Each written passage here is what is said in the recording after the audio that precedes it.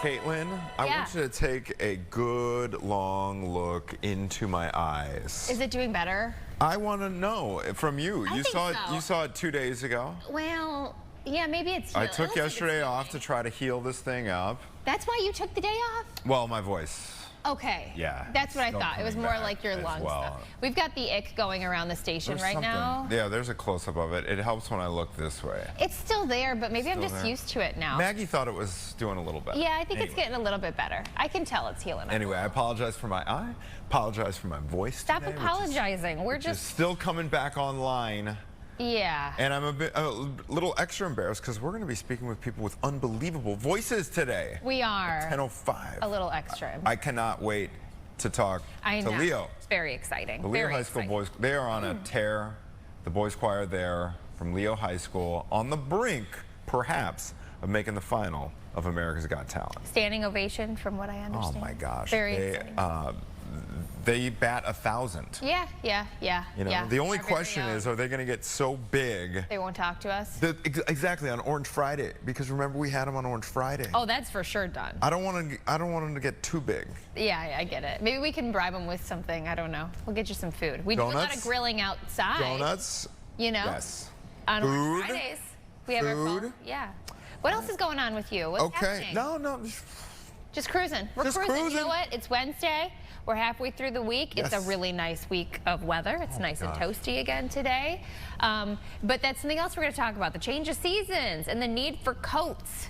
Very important. Look at this live shot, though, I got to say. Look at the boat. Look at the amount of boats that are still on Lake Michigan right now. As they should be in this stretch. And then, Caitlin, now that we are in mid-September, should we be seeing any changing of the leaves or no? Because that was like 1,000% green. Yeah. I guess those treetops right there, I see a little yellow there. I do too. I think peak is going to be in October. Yeah. I got to say a couple trees in my neighborhood have already lost their leaves, which I know the stress of being extra dry out there, Sure. the confusion about what season it is, all the bugs still active. Look at that guy. Hi. Right on cue. Right.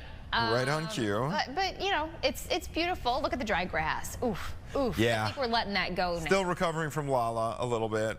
All right, we got a lot to get to here in the next hour. First, I want to preview some of this stuff before we get to the Leo boys choir. Yep. They are standing by. 500 brand new Chicagoans. They are recently here to the city. The weather will change at some point, so we're going to be speaking with RefugeeOne to talk about an annual winter coat and boot drive. Very important. And also, their spokesperson is so near and dear to our hearts. We miss her so much around here. You guys will recognize her. You will recognize her, I promise. That's our tease. And a little bit later, Chicago is about to become it's always the center of the architectural world in my mind. Yeah. But really, worldwide, these next couple months are huge. Chicago's about to celebrate its architectural biennial. That is happening on September 19th. There's installations, there's artists from all around the world, and there's fresh ideas on how design shapes our lives. And then we're also going to be talking with Mr. Laracy, friend of the show. Interest rates, if Not we're low still looking to buy. enough for my taste, okay? Can we drop it? We need it down in the 5s. I'm going to ask. Oh, so you think he'll be a friend? I thought you meant he's not a friend of the show until it gets down to the 5s. Oh, well, that too. Like, wow. I mean, that actually is incentive for him. I'm going to tell him. You know what I mean? I think they're at 6.13. Yeah, as of yesterday. 6.13. I think when they creep into the 5, because he's going to give us an update on how that is expected to affect the market. Yeah. But I do think there's going to be a mental switch when it gets to that like 5.99. Yeah, I mean, we've had stories all morning about how credit card debt is up and how everyone's credit scores are getting hit because everything is so freaking expensive. So can we please bring it down into the 5s? I don't know. It's you know, trying to guess where the interest rates are going to be. I say guess because really I think nobody knows. Nobody knows. Literally nobody knows. But first we get to talk to a group of some very tired Leo High School choir boys. I heard that they had a very busy night and an early morning. Hi guys, can you hear us? Yeah. Yes. Okay, can we first start off by going through and introducing yourselves? Kevin. Oh, my name is Kevin Wilson, and I am a junior at Leo High School. My name is Keith Smith. I'm a freshman at Columbia College of Chicago. My name is Blake Moore. I'm a junior at Leo High School. My name is Jesse Howard. I am a freshman at UIC. My name is Stephen Jackson, and I'm a senior at Leo Catholic High School. My name is Ian Dunn, and I am a freshman at Clark Atlanta University. My name is Emmanuel Smith, and I am a junior at Leo High School. My name is Stephen Jackson, and I'm a senior at Leo High School. All right, and to clarify, they're all either current or alumni of the choir itself. First of all, guys, unbelievable performance last night. Thank you. You guys absolutely brought down the house with Centuries. Is that the name of the song, Centuries? Yes. Okay. Keith, was it you that had the solo? In the beginning, yes. Is that correct? Did I get that correct? Yes, me and Ian. Oh my gosh, you guys were unbelievable. Tell us what it was like performing last night in this semifinal round. Well, personally, it was amazing. Just going out there, seeing the crowd, like they had so much energy and love and support for us. Before we even started singing and performing, you know, we had them lit, we had them turned, you know, and they wanted to see us. They were here for us, you know. That just made us want to perform even better, you know. But it was amazing, truly breathtaking, honestly. So this was a big performance. Can you explain what it was like preparing for this performance compared to the first time you guys took that stage? Do you guys feel comfortable now? Are you used to it? You're seasoned pros at this point, right? Yes, we're very comfortable when it comes to the stage, but it takes a whole lot of work, a whole lot of hard work, a whole lot of dedication. And this time we had a little trouble getting it, but the night before we worked so hard and we made sure we got it, and we came on the stage and we brought it. What was the hardest part when you said, you know, there were some last minute tweaks? Because when I look at you guys and hear your voices coupled with the choreography, I'm like, oh my gosh, are they learning all this material fresh with the choreography? So what were those last minute tweaks you guys were really working into the night to resolve? A lot. It was just a lot remembering the choreography and the lyrics that go to it. And some of us couldn't get the choreography down, but we worked all night to get it down. And just like you said, it's looked good, sounded good, so we're very proud of that. Okay, so you got a standing ovation from Simon Cowell. That is huge. What was that like? Because you know the history. He's a tough cookie. Yeah, he's a judgmental judge, if you will. Was that very exciting? It's always exciting to get good feedback from Simon. You know, Simon's background is, oh, he's the mean bad cop, but like, yes. And Simon has had our back since day one. He has always been like our biggest advocate on the judge panel. So like, we're very, very excited like to have Simon behind us. I heard him also giving high praise to Miss Hill as well. Will you talk about her impact on you guys and what she has been like through this entire process? Ms. Hill's impact on us is actually amazing. She plays a big role when it comes to setting our mindset of us knowing that we can do whatever we want as long as we put hard work in. So we most definitely, like you said yesterday on stage, we wouldn't be here if it wasn't for Ms. Hill. So you making it to the finals, what's next for the competition? Can you give those of us who maybe missed it or don't know how many people are competing against you? And I know most importantly you're competing against yourself, but what moving forward to win this thing, what are you guys looking to tackle? Personally speaking, I feel like connecting even more. I know on that stage, we was all having the whole entire auditorium up on their feet, but we want them on their feet even more, screaming, all that, and bringing overall just even more energy. Now I know it's gonna be difficult, like, dang, we already brought a whole lot of energy to this. How we supposed to bring more with Believer and then Centuries? How we supposed to bring more? But trust me, once we reach that level, it'll be even more to come. Okay, so right now the voting is closed. I know the big reveal is happening tonight. So how do you guys plan for possibly getting into the finals? Are you already working on perhaps fresh material, or are you going to dip into your existing repertoire? Yeah. Yes, today we are actually practicing our new song. So we're going to see how that goes, but we're definitely excited, and we hoping we get into the final. Can I ask too, as a mom of 3, are your moms calling you just so proud and excited? You mentioned getting on your feet. I could imagine moms at home watching this cheering, jumping up and down, screaming, calling you guys, wanting to hear how it went. What has that reaction been like?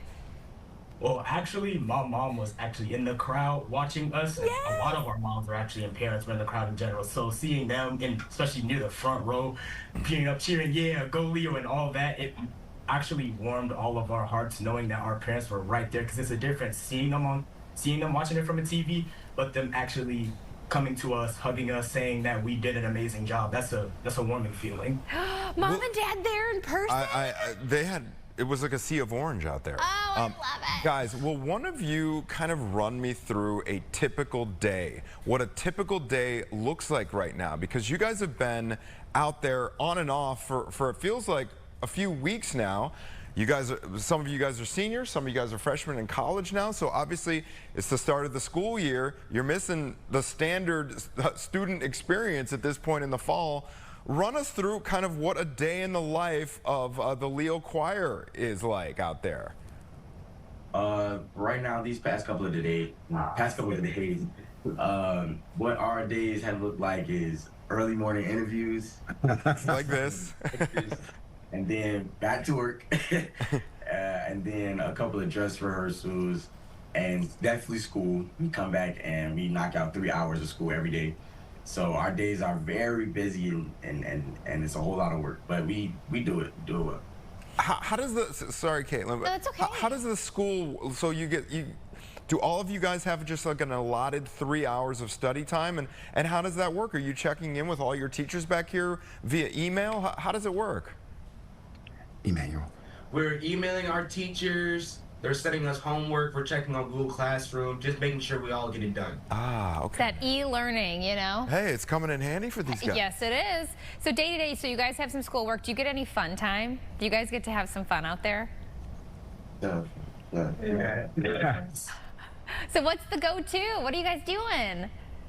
I feel like when we come together and like we walk around or something, you know, we might go grab some Starbucks here and there, but I feel like our energy just kind of like, it makes it like even better that we're here together, you know?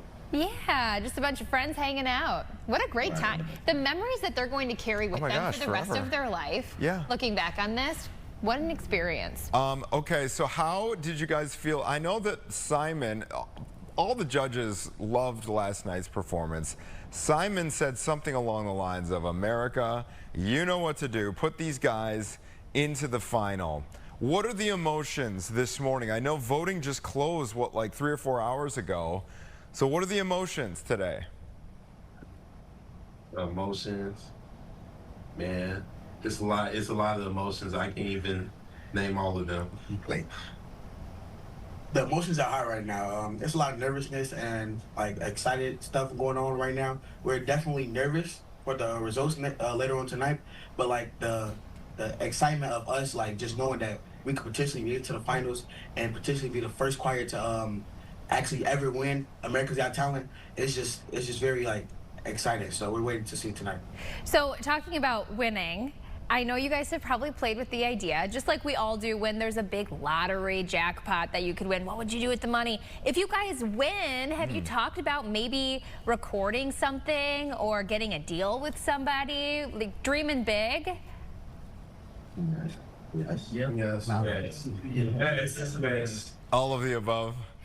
All right, fellas, we are going to be sending good vibes and hoping for the best. Good luck. Please check back in with us here at Chicago Now, and I really, really hope you guys don't get too big to not visit us on the plaza once again this year for Orange Friday as the Bears continue with their season. All right, fellas? We'll be back. Thank you. Go get All some right, rest. we got them on record. Yeah. We got them on record We'll be saying they're back. back. Thanks, guys. Good luck. Man, it is so inspiring to check. I just, like, as a parent, like, I just think, like, if this was an experience that your kid gets to go through, I know I mentioned it earlier, but just, like, the memories, like, it's almost like summer camp exploded. Yeah. You know what I mean? Because they're still at that age where they're experiencing things, and some are going off to college, and, like, this is such a drawn-out thing now for them to be able to travel and do this performance, this experience. Absolutely, and you know, when I look at the, you know, because I can't stay up late enough to watch it live, but the production value and their choreography and just how the cameras interact with the group and how they are able to zero in on where the cameras are and look the right way, and they're all mic'd up. They sound amazing, and their choreography too. I'm like, how are they pulling this together each and every week? Right. But it sounds like they are working very hard. That's why I wonder, like, if they have any downtime. They do look tired. Just you like can tell. hang out, like just a bunch of friends hanging out, but you know, And then it's probably a school, lot of too. work. It's a lot of work. Imagine like getting up early for interviews. You got 3 hours of rehearsals, maybe have a lunch break, whatever. Then you got 3 hours of homework to do, and then you probably have more dress rehearsals.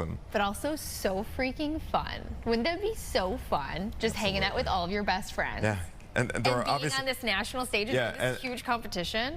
And being on a first name basis with Simon Cowell. They're like, oh, Simon's had her back the whole way. Right. Amazing. Okay, can't wait to find out more about their journey when they make the finals. We're calling it here. All right, we're going to take a quick break, but when we come back, there are a bunch of new residents of the city of Chicago. We are talking about refugees. They're newcomers. A lot of them are not geared up yet for winter, but there is a very wonderful agency that is doing something about that. RefugeeOne, and their communications manager, who is a face that is going to be very familiar to all of you longtime Fox 32 viewers, is going to be joining us to talk all about that when we come back.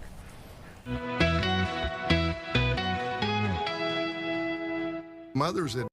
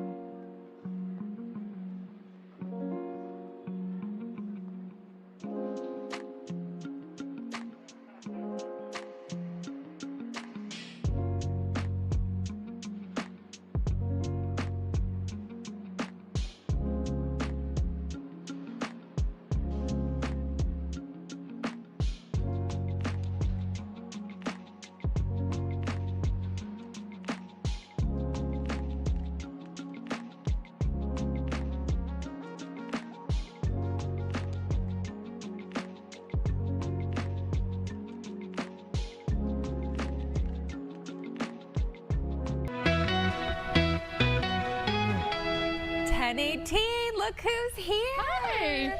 Sally Schulze, everybody. Hello. It's good to be back. Oh, I got an applause. This is awesome. We love Sally. Yeah, I know. It's been for When's your last time in studio? Yeah. I think it was about 2.5 years ago that I was here. Yeah. What do you think of the new digs here? This looks great. You have a new show since I was last year. ChicagoNOW. Very exciting. You two look exactly the same. Both look great. So do you. You look the same. I was like, do I look more relaxed?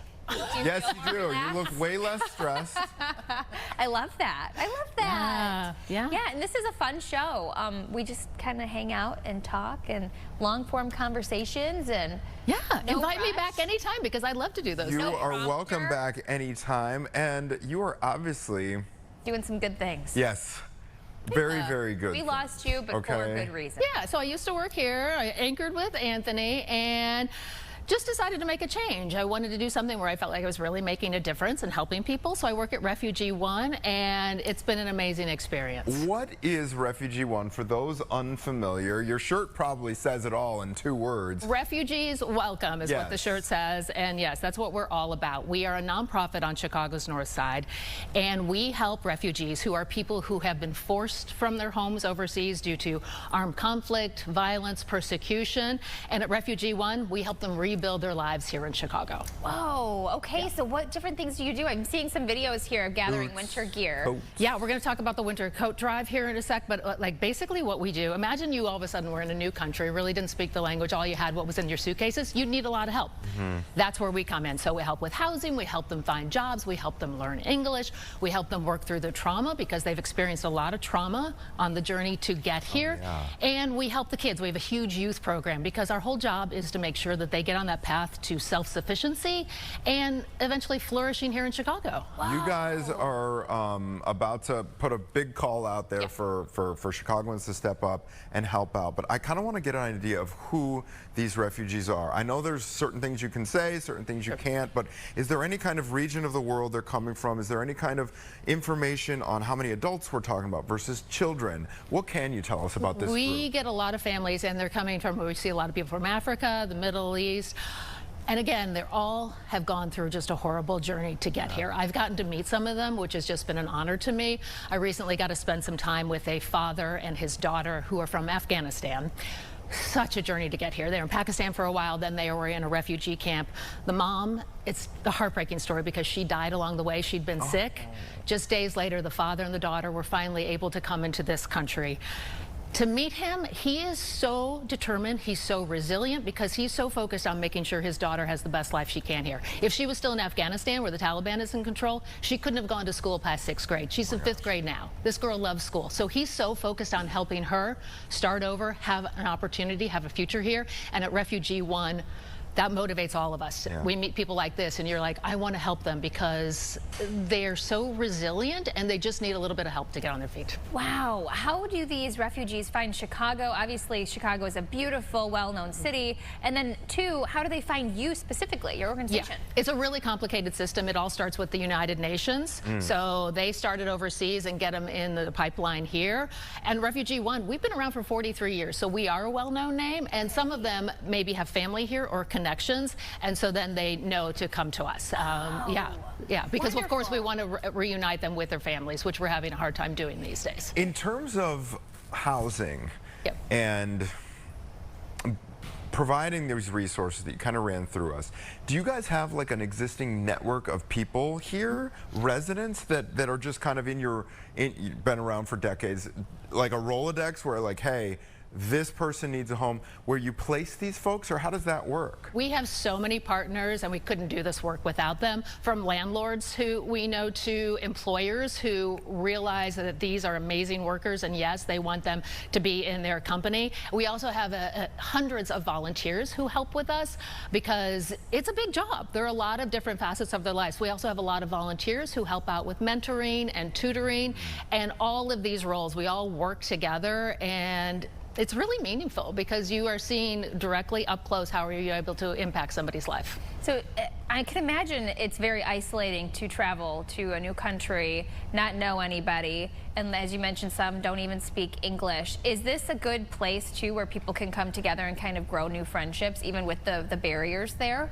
It's really interesting to watch. Well, we have English language classes. I was just in one last week, and you have people speaking several different languages, but they're all able to kind of come together and work through it and communicate together. I was on an outing last week, and I had a picnic with a bunch of people from Afghanistan. We did not share the language, but through the sharing of food and some gestures, we were able to speak. Also, their kids spoke a lot more English, which you often find, so they were translating for me a little bit. And what I'm struck with time and time again, Caitlin, is that yes, they come from a different place than we did, and they've gone through different things, but we are so similar in so many ways because they want a safe place to live. They want their kids to go to a good school. They want a job so they can put food on the table, just like the rest of us do. And so seeing the commonalities more than the differences, I think it's just like opened up my world since I've worked at RefugeeOne, and I know it's certainly opened up my heart as well. Yeah. Let's zero in on the upcoming effort here. Okay. Caitlin keeps rolling out these 80-degree temperatures day in and day out. It's not going to stay this way, is it? Yeah, the newcomers to Chicago are like, I could get used to this. This is awesome. No, but things are about to change. I mean, when I moved to Chicago with my husband, now mind you, from Tennessee, he goes, I don't need a jacket. He had like a little, like a puffer vest thing. Yeah, a little like a Patagonia thing. Grady, you need a winter coat in Chicago. You need a winter. And then that first winter we went through, he's like, you're right. I don't know what I would have done without a thick winter jacket. Right. And so we have so many newcomers. They're new to Chicago, and they come from a lot of warm climates, you know, so they're not used to this. And Chicago can be brutal even for people who've lived here their whole life. So yes, we are trying to collect all that winter gear for 500 from adults through children. So that's a lot of boots and coats and hats and gloves and scarves, so we could really use some donations. And I think there's a lot of people in Chicago right now that are looking to help others in a way, but sometimes it's hard to find a tangible way that you feel like is really making a difference. With this, you donate a coat and you know that somebody is going to wear that coat every single day of winter, and they're going to be thankful and they're going to be warm because you did that. And, you know, that's not nothing. That makes a difference. Yeah, you know, I think that's something to point out too, is you don't necessarily have to go out and go shopping or buy anything. If it's gently used and you want to donate it, that's, the kids grow out of it. The kids grow out of it, donate it. Well, I don't know about you, but I know in our closet we certainly have things, especially my son has grown out of. He has size 14 feet right now, so I probably have a size 12 pair of boots that I can donate. You've got every size leading up. I know, and I'm sure your kids have grown out of, so yes, you can go through your closets, take things out, launder them, and we would love to have them. Two ways to do this. We've got an Amazon wish list, which is on our website, RefugeeOne.org. All the information is there, RefugeeOne.org. Or you can donate in person. October 24th and 25th, we're having drop-off days. This is also, I think, a great way to bring your community together. Like maybe you could be the person in the neighborhood and say, hey, drop off your coats and boots and stuff on my porch and I'll take it in. Or we have church groups that are spearheading some donations. You can use the Amazon wish list. You do a couple clicks, that's done. You don't have to do anything more. Or you can do it in person. And yeah, a great way to clean out those closets. Yeah, exactly. So individuals, neighborhoods, block clubs, whatever, they can organize. And then what's the process from there? They come and drop it off at your facility, which is on the north side. Yeah, we're on the north side. We are at 6008 North California, so California and Peterson. Again, all the information's on the website, RefugeeOne.org. So on the 24th and 25th, we've got some drop-off hours. We'll sort through it all, and then a couple days later, we're going to be giving it out. I was recently we had a backpack giveaway before school started, and to see the families come in and get those backpacks that had their school supplies in there, the joy on their faces, the little kids getting to pick out the cool backpack they're going to carry. But the parents also, you know, this stuff is expensive. Oh, yeah. And these are families that their budgets are really, really tight because they're just getting on their feet. So if they don't have to buy a pair of winter boots or a coat, that's huge to them. It makes such a difference. Do you guys have, you mentioned the backpack drive. Do you guys have events during the year that you could come, people can come volunteer, bring their kids to help out? So we had, so like the backpack drive, we had people there, families were helping to sort through them and pass them out. And even we will have volunteers at this event as well, helping with the winter coats. We also have volunteer mentors and tutors. This is someone who really gets to know a person up close and spend some time with them. I just talked to a mentor-mentee last week. We asked for a 6-month commitment. They've been together for 5 years, still just always on a phone call. It's a phone call away. They've built this friendship that's more, to me as an outsider, I'm like, they look more like family than a mentor and a mentee. And it has added to both of their lives in such a way. So yeah, we have volunteer opportunities. And for the people that are taking part in this, I think it just expands your world. Yeah. Zeroing in on the adults, I'm kind of curious about the process there.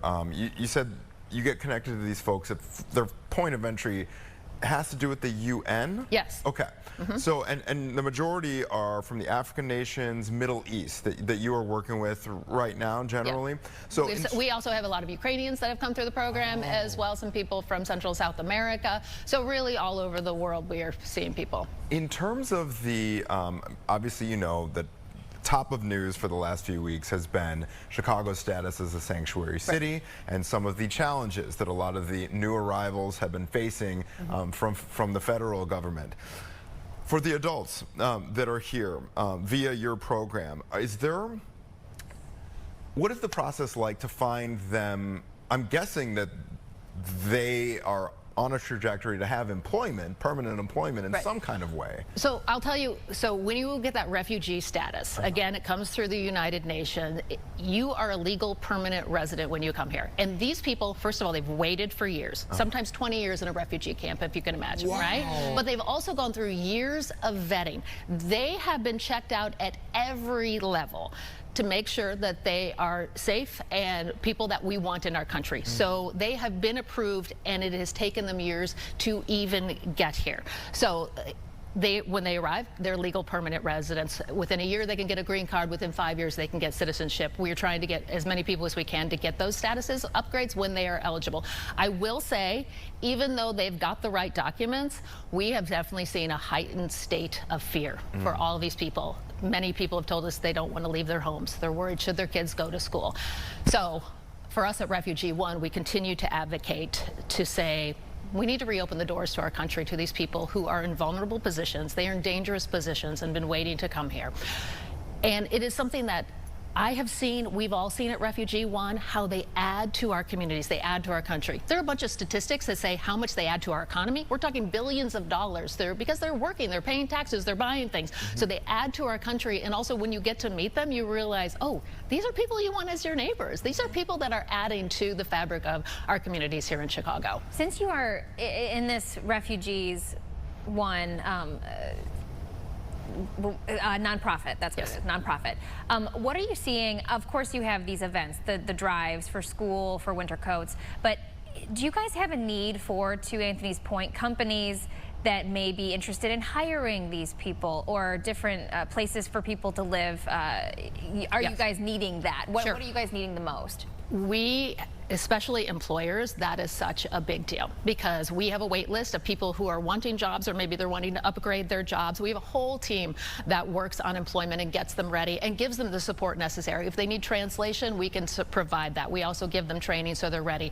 And what I've heard, because I've talked to many of our employers, they say again and again, these are amazing employees, I should say, because they want to work, they need to work because they need to support their families. Again, as you think about everything that's happened to him to get to this point, they cannot fail, right? So they're going to work hard. They will work whatever hours you need them to do. They will work overnights. They will get on the bus for 2 hours to get there. They are hard workers. And also amazing people to have within your company. So that is definitely a need, and we're always looking for more people to open up their doors of their companies to our employees that we work with at RefugeeOne, and RefugeeOne then supports them in any way that's necessary. Is there like you mentioned the wait list and how some of these refugees have spent decades, in some cases, in refugee camps just to get to the point where they are hooked up with an organization like yours. Is there ever, I mean, is it just an ever replenishing flow of folks that are coming into your agency for help? So in the past it has been. The Refugee Act was signed 45 years ago that created the system we have today. And I will tell you that for decades it has been an act that has had strong bipartisan support. Again, that goes back to lawmakers and the supporters, the people that know it, see what it brings to our country. It helps on national security reasons overseas, but it also helps our economy here and our communities. That has all changed in the last few months. So right now, very, very few people are being allowed into this country. What that has meant is that tens of thousands of people who had been approved and were ready to come here. We're talking about 14,000 people who had like their plane tickets. They had their suitcases packed. They maybe sold all of their stuff because they were ready to go. All of a sudden they were not let in, and they're still waiting in dangerous and desperate situations. That has also meant a lot of families are separated. I have several colleagues who have family overseas who cannot come in right now because there are huge restrictions on who is allowed in the country at this point. And we are hoping and we're advocating to continue to push forward, like, let's reopen the doors, because I think it's important to remember this country, one of our founding principles this was a place of welcome. This is a place where people who were being persecuted could come and find refuge. And that has been part of what America has stood for so long, and we would like to remember that. Yeah. Have you seen the big cities? You said a decline in general, but any big cities that are seeing more people than usual compared to like Chicago? So again, countrywide, it's down. It's down. Because there has been a ban on most refugees. And this wasn't the case, to your knowledge, I know you were working here at the time, but during the first Trump administration, it wasn't quite the cutting off of the so-called spigot. There was a great decrease, but now we are seeing, most people are not allowed at this point. Got it. Yes. If people want to get involved, either here or across the country, where should they go for? Do you guys have a website, a social media account? RefugeeOne.org is our website, and you can find us on social media at RefugeeOne. Find us there. Yeah, there's many ways to get involved. We love to have people volunteering with us. We love donations and the coat drive. Please, send in things for the coat drive, because we need a lot more things, because we want to hand these out later in October, and we want to make sure that so many of these refugee families are warm and feeling good as they head into winter. Come back and see us before the end of October, where it's October 24th. So maybe we do a little memory jog, earlier that week. I would love to come back. Okay. And we can just talk about anything. Exactly. Yeah. Anything else you want to ask me? I've got a lot of questions for Sally. We used to hang out a lot. Yeah. Thank you so much for being here. Thank you. For the work you are doing. Really appreciate seeing you. It's good to see both of you. Thanks for having me. Anytime. Okay, we are going to take a quick break here at 10:35 on your Wednesday morning. We will be back with more Chicago Now right after this. Fox Low.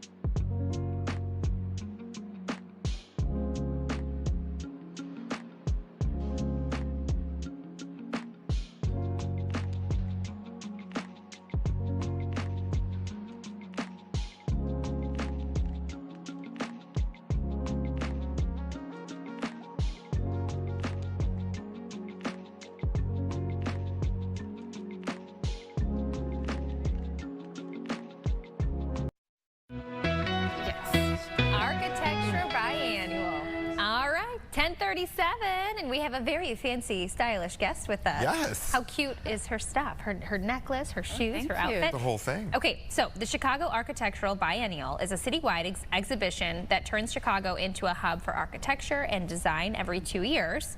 It's free and open to the public. It brings together architects, artists, designers from around the world to share ideas through exhibitions, installations, and events. It brings the world to Chicago and Chicago to the world. Anthony. Yes, Florencia Rodriguez joining us here to tell us more about the biennial itself. Sounds like kind of like the architectural Super Bowl.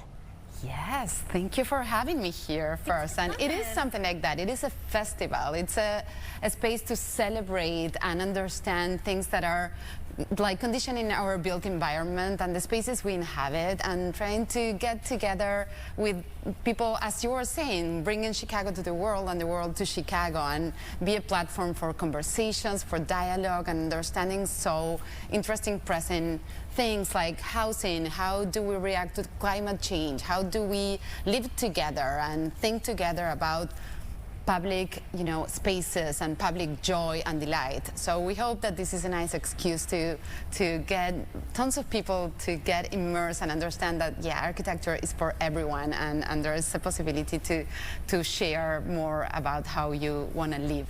So speaking of how to live, this edition is around shift, architecture in times of radical change.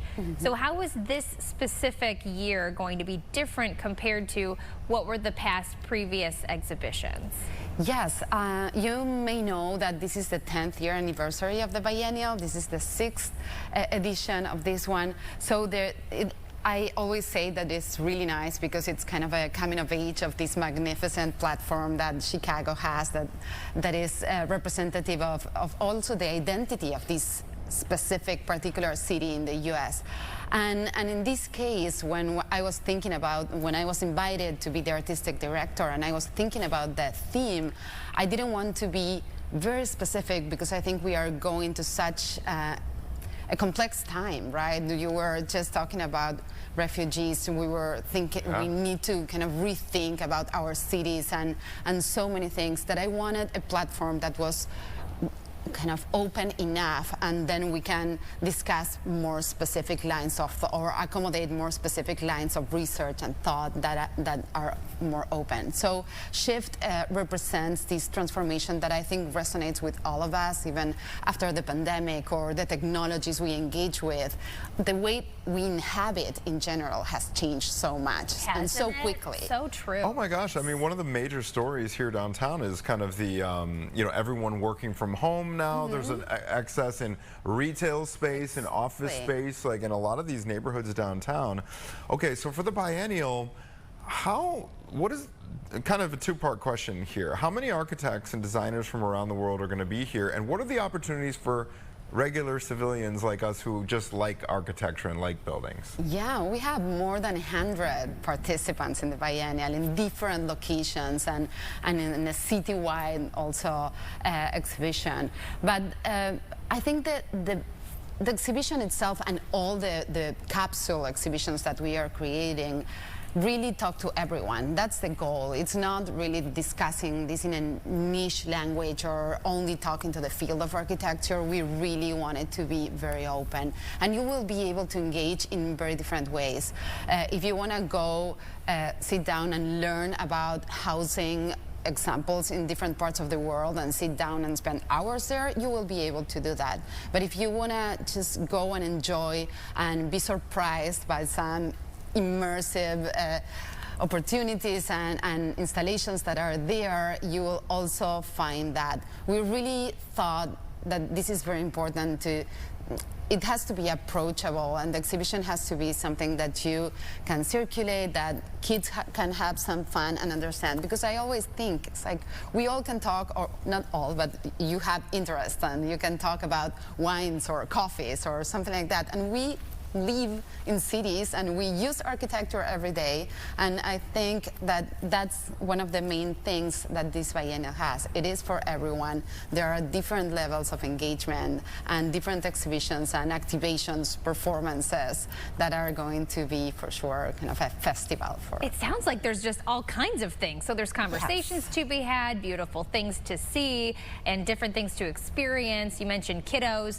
So I'm assuming that this is going to be in all different locations. Is there going to be like a map or like a breakdown of what you can expect at each thing? Yes, there's a lot of information in the website, in ChicagoArchitectureBiennial.org, but also I can tell you more here very close to where we are standing right now in the Chicago Cultural Center. That's one of our main sites. More than 70 or around 50 practices are shown there in a fantastic exhibition. Then the Stony Island Arts Bank has a very small, fantastic and subtle capsule exhibition with 5 practices.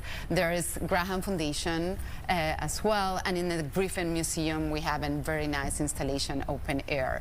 And in a couple of months, in November the 6th, we are opening. You were talking about the changes in Michigan Avenue and post-pandemic, and we are taking over a retail space in North Michigan Avenue, where we will continue with over 30 architects there as well. Some of the pictures we've been seeing and our viewers have been seeing, I don't know if you've been able to see them out of the corner of your eye, but a lot of this stuff, these are not traditional buildings here. I'm looking at like sculptures and art installations too. So this goes way beyond just buildings. Absolutely, because architecture is not just about buildings, it's about our everyday rituals, how we wake up, in which corner of your house to take your morning coffee, in which ways you want to engage, or if you work from home, and as you were saying, and you really have this home office and you connect to the world through that. So all in space that represents us and represents how we live is something that we want to engage in, and is very much represented in this kind of the thinking about material circularity, or what we do with the materials. Does industry have to change or adapt? There are so many layers and reflections that we hope to have, and I always say this biennial particularly wants to be very conversational, multi-dimensional, multi-layered, and very open for sure. Okay, so you are an architect. Can you speak from that perspective of why Chicago is a mecca for architects? Wow, for sure. It's very easy to respond that this city of all the cities in the U.S. has always been kind of a laboratory for the future. You know, with after the fires, or the Chicago framing, the typical ways in which, or the high rises, it had so many moments during the 20th century particularly that Chicago was setting an example or a way of thinking about the future of urban life and different things. And it's very easy. Once the first time I came to Chicago, I was teaching in Argentina, where I am from, a course on modernity and the 20th century, and I was walking around Chicago and I was thinking I could just teach my course walking here. You know, it's very easy you take the Tribune, you take Mies van der Rohe and the towers, you take kind of Marina City, you know, and so many things, or the infrastructure, the grid. So for sure, this is a city that celebrates architecture, and that has always been very conscious of what the spaces we live in mean for like the general public. I am always so fascinated about kind of what buildings and spaces connect with folks, and people, what attracts people. You know, one of the big stories recently obviously has been the Riverwalk. Yes. And how they designed that, and some of the outdoor spaces there. We've got the old Thompson Center, which is being, I guess, revivified in a certain way right now by Google. These two Jeannie Gang towers with the St. Regis and then Aqua as well. Absolutely. Has anything jumped out at you about Chicago, visiting here over the years? You mentioned you're from Argentina, that truly stands out to you about Chicago as an architectural city, and your favorite elements of that? Yeah, I think there's some magic. I love walking in the city. This is a very walkable city, and I always do kind of long distances in the city instead of taking the train or something. I prefer to walk, even if it's when I have time, of course. But I think that there is a question of awe when you're just going and seeing the river and the lake and these fantastic buildings that needed at that moment so much. And at this moment, you mentioned Jeannie Gangs and things that are very contemporary, kind of so much thought and planning and representation, you know. So I think that question of that magic that happens when you walk through Chicago, it's something that I still feel very connected every time. It doesn't end, you know. You don't get used to that. I totally agree. I think that it's good to talk to you because it re-energizes me, because as someone who lives and works, you know, I come downtown every day. Sometimes it's easy to be like, oh yeah, no, of course. But you're looking at works of art that are, I mean, people come from around the globe to see. We're lucky to live here. We really are. Absolutely. Have you taken the boat architectural? Yes, of course. More than once. Do you take notes, or are you like, hey, you should add this, you should add this to your discussion? No, the nice part, I took it 3 times already, and we took our students at UIC at some point, and it's really nice to see that every docent there like shares something different, and they have a very personal connection to the city. Yeah. So it's nice because you have the data and also that connection. Do you have a personal favorite building in Chicago? Well, I very much like Goldberg, Marina City, and I live in River City here, so yes. Oh, okay. Yes. Yeah, they were designed by the same guy. Yes, the same guy. So, and I like that kind of, that utopia thing of trying to do things so differently. So it's, yes. Well, we talk about too, like looking at the skyline, where sometimes the high rises, like wasn't there an accident that happened with one of the buildings where now there has to be a gap so the wind can go through? So right there. Yes. Oh yeah, I see it. Yes. So that kind of. Do you know, I don't know, was that like a heartbreaking thing for the design team there to have to, I think that's on like the 80th floor or something. Yes, exactly. I think, or is it hard to say? but at the same time, kind of architects are problem solvers in a way, so you're used to deal with something that gets in the way, and you have to, you know, regroup and plan and generate a different solution. So what are you doing day to day as an architect? I'm a professor, an associate professor at USC, but I've always been working in publishing and curatorial work. So I've been doing tons of books, publications, and thinking about architecture a lot, and always finding excuses to do collective things. I really like getting together with people and talking about what they are doing. Yeah, well, like the biennial is the Super Bowl for doing just that. Okay, before we let you go, Florencia, where can people find more information about the biennial if they want to get in on some of these conversations? In the website, in the Chicago Architecture Biennial.org, and for sure come to the Cultural Center and all the locations. It's all free, open to the public, full of fantastic performances and programs and activations. So we really look forward to kind of continue sharing this fantastic experience. Amazing. You should be an influencer, because I love your earrings, your necklace. Oh, thank you. Your shoes, your glasses, your haircut, your lipstick. You are just so much. Phenomenal. Thank you very much for coming in, Florencia. No, we appreciate it. This was fun. Yeah. All right, we are going to take a quick break, but we're going to talk about those interest rates when we come down. Hey, they're coming down. Mortgage rates. Mortgage interest rates. They're actually inching down. We're going to be checking in with our friend of the show, Matt Laracy, when we come back after this short break. Everybody stay with us. Get the last...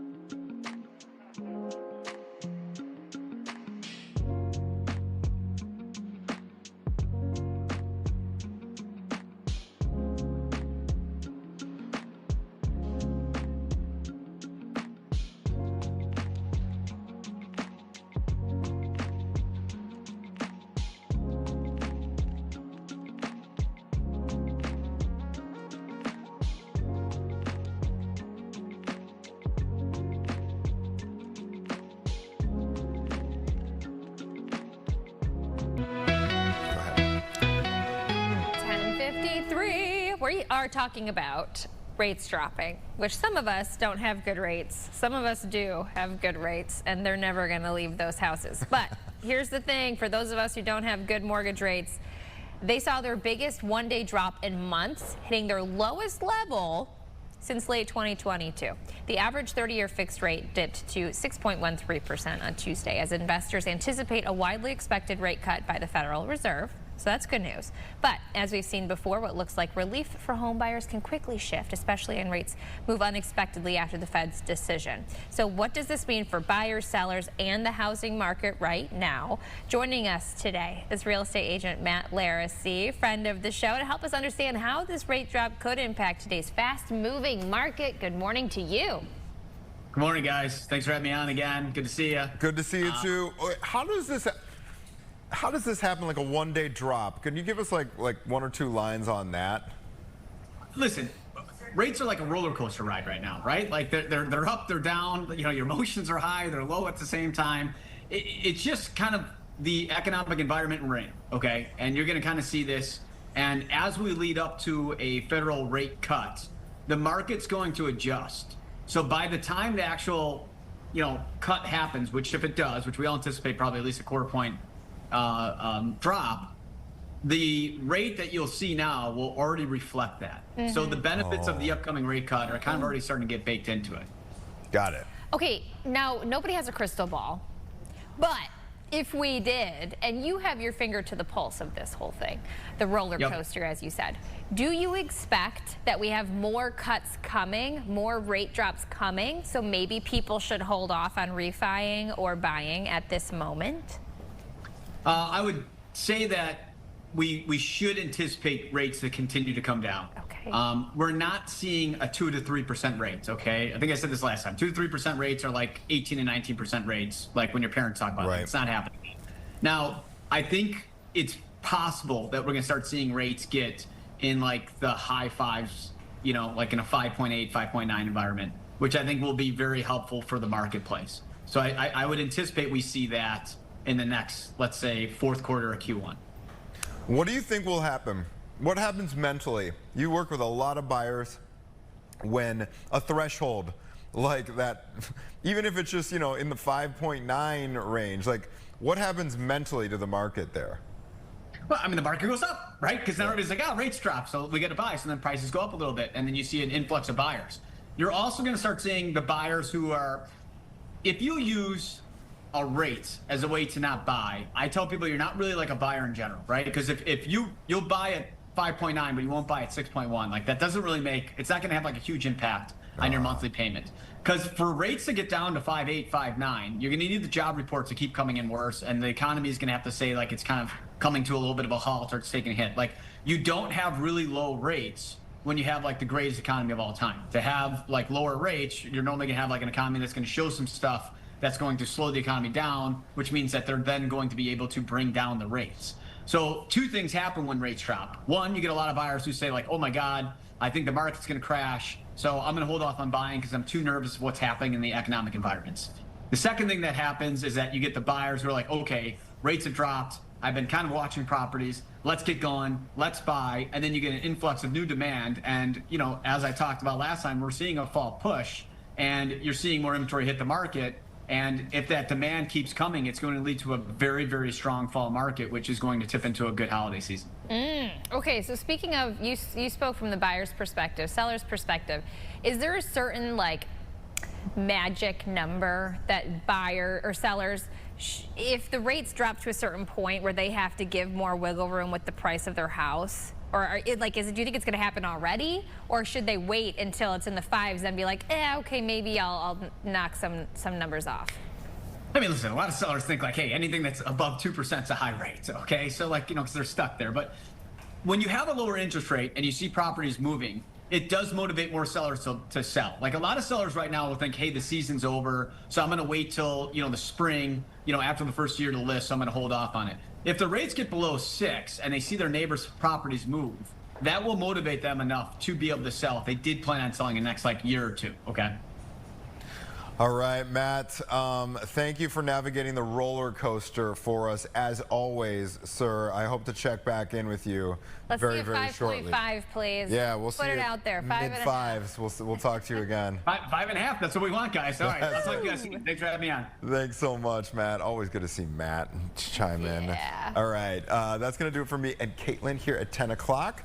We will be back with another hour of Chicago Now right after this short break.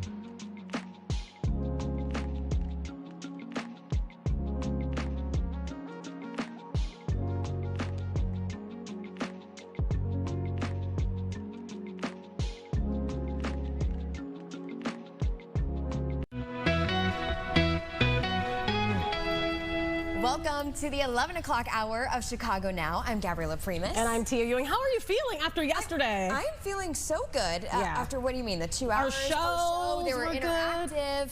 We did push-ups. I was a little sore today. Yeah. Went and did a workout and said, you know what? This is like 2 workouts in a day since I did that. No, it was a lot of fun. It was a lot of fun. We have a good show coming up today, too. We do. So let's talk about what's coming up. First, we've heard of course, Ryan Reynolds, Christian Bale. They're so pretty. We don't want them to get hurt. Well, one man is making sure that they don't. Their stuntman, he's Emmy nominated, and he's coming on the show and joining us to talk all about his experience being or acting as those Hollywood stars.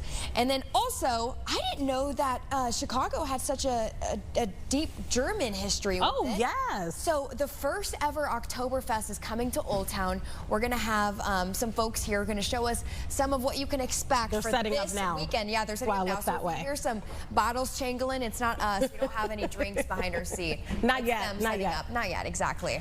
But first, we got to talk about this. You know, I remember back in the day, you may be a little younger than me, so you may not remember this, but there was the truancy officer. So if you didn't show up to high school, you didn't show up to school, they would come knocking on your door and say, hey, why isn't your kid in school? They don't have those anymore, but apparently there's a new plan that kind of encompasses this and a whole lot more for students. So it unveiled earlier this year.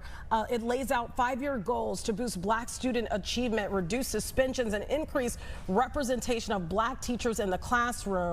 This program is called Black Student Success. It's a plan that CPS has rolled out, and here to talk to us about it is Mila Kumpalova from Chalkbeat. Thank you so much for being with us. Thanks so much for having me. Tell us how this works. How does this, because I know the whole goal here is to really address systemic inequalities and issues within the school district. How does this do that?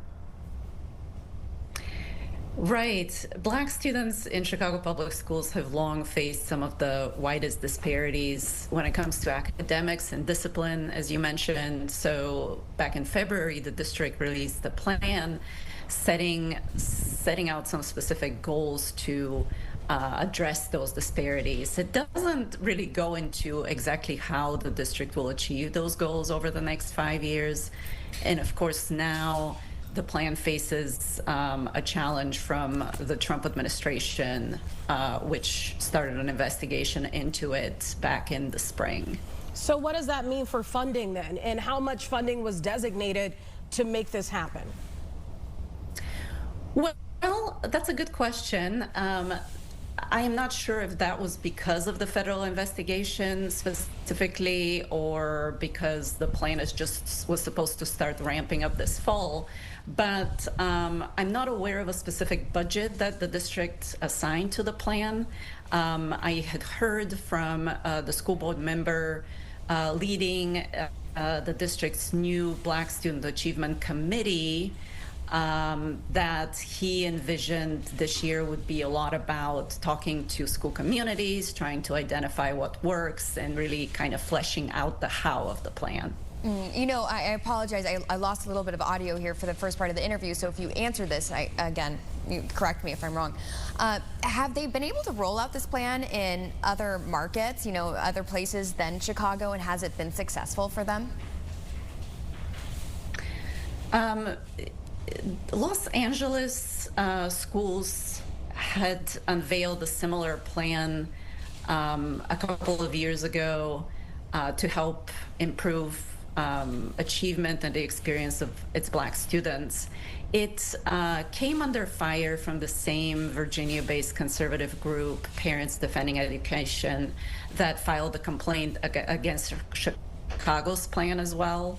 And at the time, the Biden administration actually worked with the school district in Los Angeles to make some changes to the plan that some of its supporters felt watered it down. But basically, the idea was that it would target schools based on things other than race to steer extra resources to them. So let me get this straight. So the reason why this program has been challenged, I guess, so to speak, is because it helps one particular racial group. Is that the problem at hand here? And then if that is the case, my follow-up question to that is, what kind of challenges are Black students having that maybe some of their other counterparts that are not black, they're not experiencing in a public school setting, and maybe it's not an issue for the other students? Are you there? Right. Well, yes. Can you guys hear me? Yes, we can hear you. In rolling out the plan, district leaders really pointed to these long-standing disparities, both having to do with academic achievement, things like graduation, but also in discipline, to argue that the district needs this plan to address historic disparities. The folks challenging the plan are invoking a decision by the U.S. Supreme Court banning affirmative action in college admissions, to argue that any race-based initiatives are now in violation of the law. And actually, I should note that yesterday, the Office for Civil Rights and the U.S. Department of Education sent Chicago Public Schools a letter saying that the district will lose some of its federal funding because that office has found that this plan discriminates against students who are not black in Chicago Public Schools. But, okay, help me understand this. The percentage of students, and I don't know if you know this, if you don't, it's fine. The percentage of students within CPS, is that number overwhelmingly black? No, black students make about a third of students in CPS. Got it. Okay. You know, I found it interesting reading here, and again, you might have mentioned it already, but you know, reducing suspensions is a big part of this. But that's also kind of keeping order, right, in these schools. So how do they plan to keep order while also reducing these suspensions?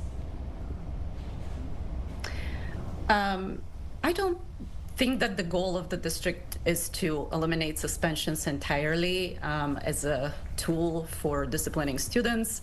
But the district overall in recent years has tried to move away from more punitive discipline that takes students out of the classroom. And it's particularly concerned because black students account for such a disproportionate number of these suspensions and have for years. Can you do me a favor here, just so I'm clear and completely understand this program? Can you give me kind of the A, B, C, D of how the program works and how it really addresses some of the issues that you've already discussed that are already happening in the classroom, but how this plan would kind of like eliminate or at least curb some of these issues that we're seeing in the schools? Yeah, well, the plan sets out several overarching goals. Reducing suspensions for black students is one of them. Other goals include increasing significantly the number of male black educators in the district and increasing the number of classrooms where black history is taught. But as I mentioned earlier, there's definitely a need for much more specific vision for how exactly the district will achieve those goals. And that was something that, in my understanding, district officials were planning to flesh out during this current school year. Wow, I mean, it sounds like this program, correct me if I'm wrong, is kind of in limbo, at least at this point. Yes, we have reached out for comment on this new letter from the district, which from the Trump administration, which demands that the district basically completely abolish the initiative. So I know previously officials have said that they plan to forge ahead with the plan no matter what, and Mayor Brandon Johnson has said that he would sue the federal government if there's any effort to withhold federal funding from the district over its diversity, equity, and inclusion efforts. Yeah, I guess it would be hard to really, you know, safeguard classrooms if that is threatened, that financial support. Let me ask you this question as a follow-up to that. Could this program, because of now this potential threat that's out there from the Trump administration to decrease the funding, could this program include other students, or you're not seeing some of the same issues with other students that clearly, I mean, considering the name of the program, you're not seeing a lot of these issues with the other portions of the student body? Right. I mean, perhaps one option that the district has is to do something similar to what Los Angeles Unified School District did and broaden the scope of the program, or potentially made it open to students from other races. I'm not sure what the appetite for that is in Chicago Public Schools at the moment, especially in light of the possibility of losing federal funding. The district doesn't overwhelmingly rely on federal funds, but obviously it's in a somewhat precarious financial position, so any loss of funds is really bad news. So it'll be interesting to see how CPS navigates that in the coming months. Well, you know, I think Tia, you might have mentioned it in your introduction to the segment, and also you might have mentioned it as well, Mila. But knowing that teachers will get coaching kind of to deliver culturally responsive instruction, you know, what does that mean? What would that require for these teachers? Presumably they would receive some kind of training to be better prepared to serve students who are Black. Again, I don't know that the district had spelled out specifically what that training would entail. Okay. I know we were watching closely to find out more details about how exactly the district would implement this plan in this year and in the coming school years. It sounds like right now it's in limbo, and we'll have to watch and see how this one pans out. Mila Kumpelova, we thank you for joining us on our show today. Thank you so much.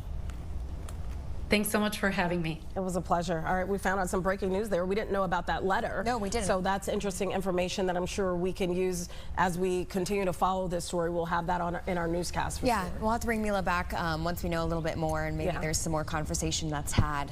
Yeah, I agree. All right, so after this break, we're going to talk to a stuntman of Hollywood. He has been the stunt actor for Christian Bale, Ryan Reynolds, Bradley Cooper. Just to name a few. Yeah, that's just a few. Okay, I'm curious, what is the craziest thing he's ever experienced? We're going to find out right after this break.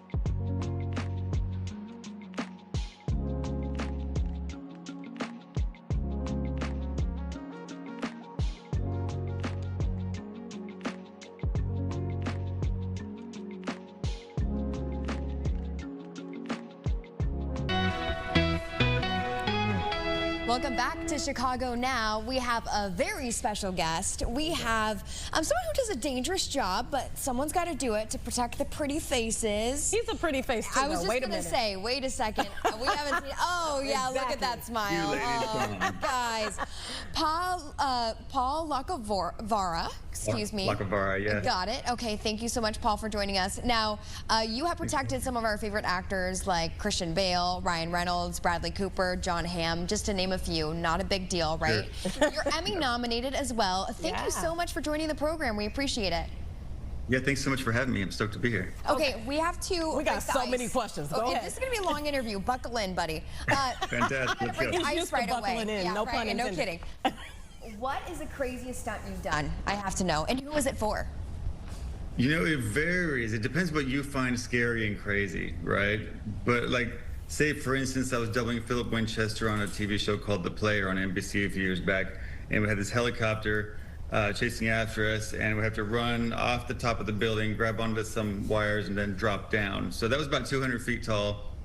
Jumping off that building was kind of exciting.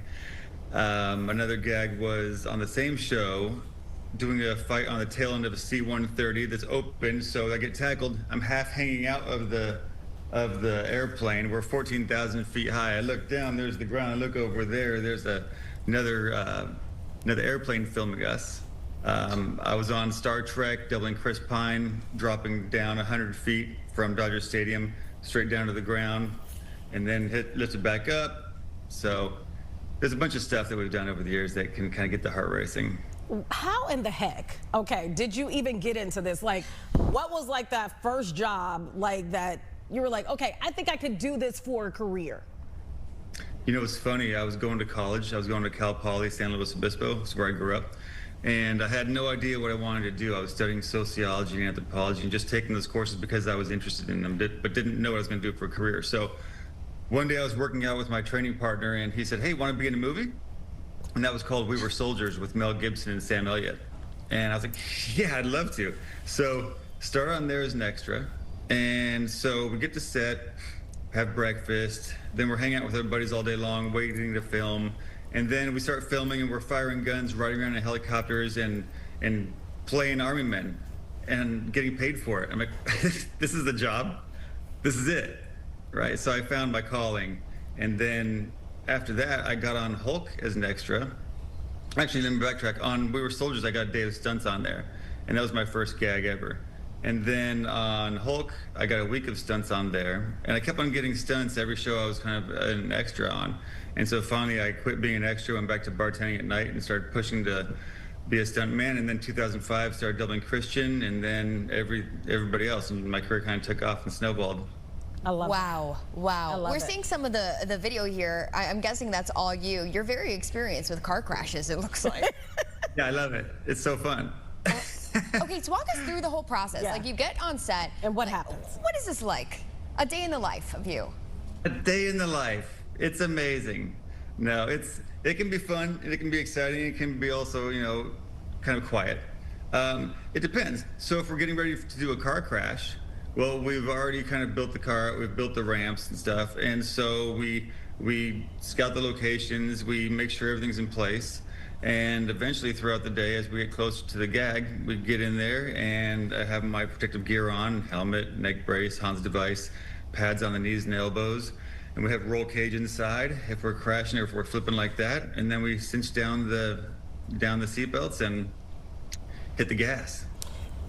I got so many questions. Okay, so I'm gonna start with this one first. What kind of training are you doing on a daily basis? Are you going to the gym every day? Do you have a special trainer that kind of prepares you for this? Do you have a doctor that you have to see? Have you ever kind of had your neck kind of go? Yeah. Have you had to see a chiropractor? Like, what is all of that like? Right. I have seen chiropractors, but I don't mess with them anymore. I had one that I didn't really dig. Okay.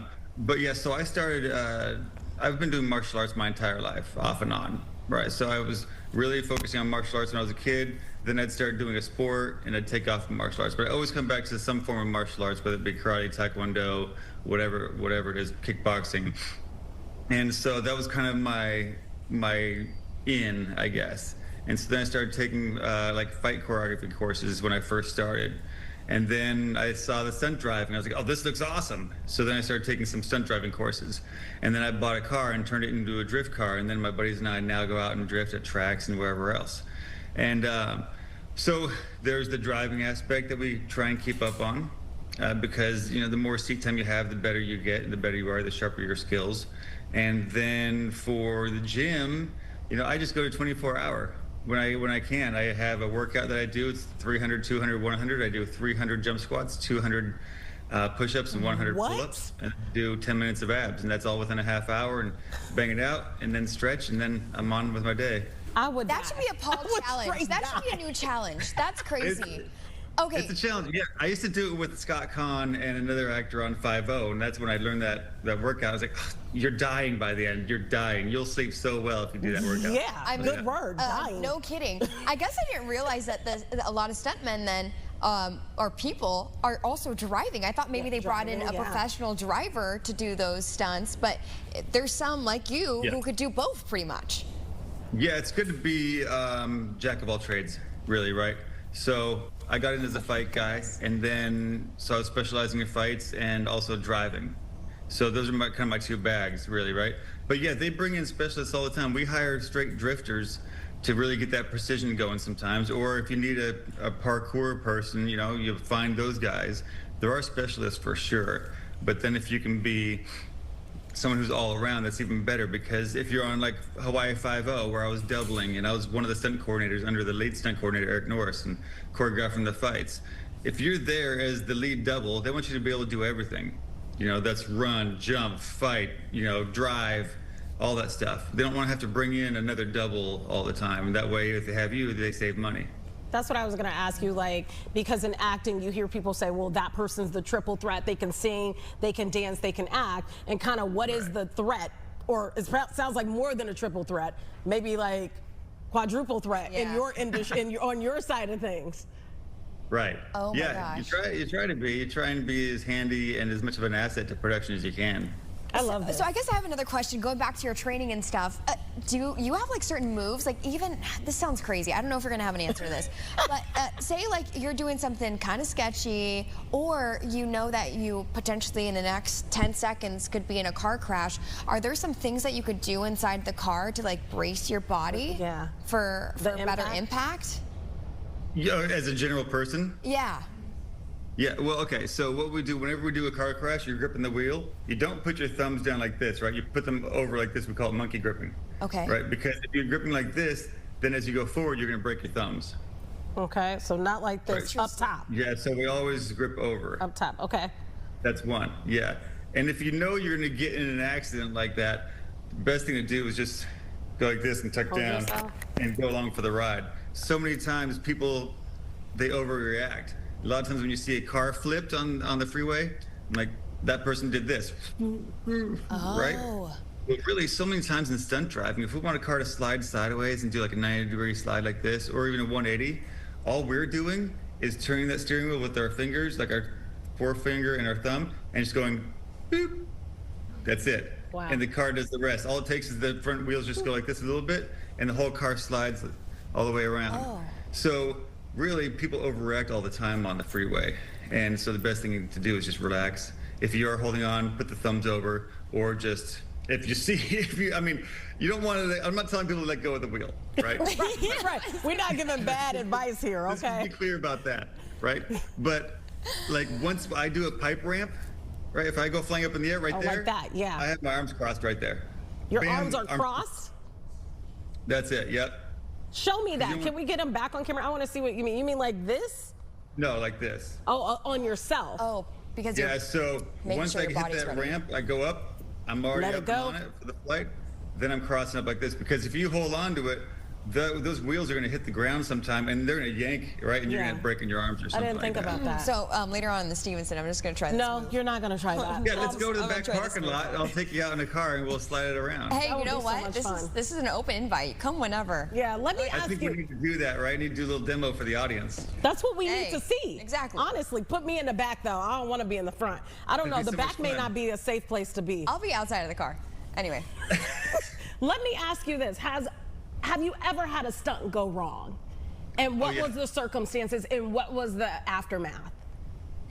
Right. So I was on a TV show, and I was supposed to, in story, my guy, he's on top of a bridge, and he sees the semi-truck that's doing some human transporting, I guess you could say, human trafficking. And so he has to jump off this bridge, land on top of the semi-truck, land, almost fall off, get up, cut a hole in the top of it, then drop down and do a fight.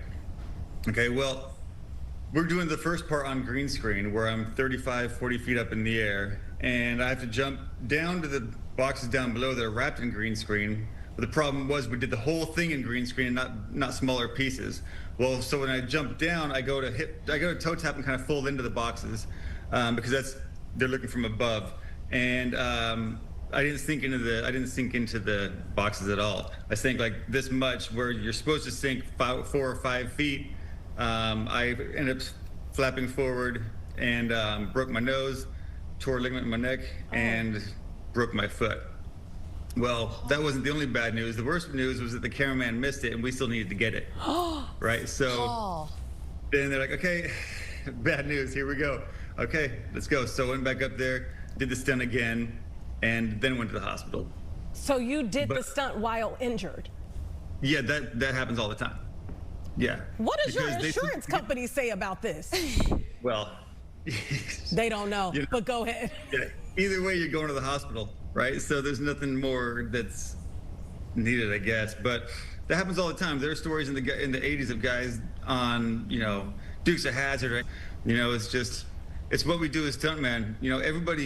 Everybody can do a stunt once, right? The general person can do a stunt once, but it's the stuntman who has to dig down and go again, keep his mind locked or her mind locked in, and keep going until the director gets their action desired, and then we can go home and complain to our loved ones. What's the longevity of a stuntman, considering that that's one instance that you told us about, but I'm sure you've had more.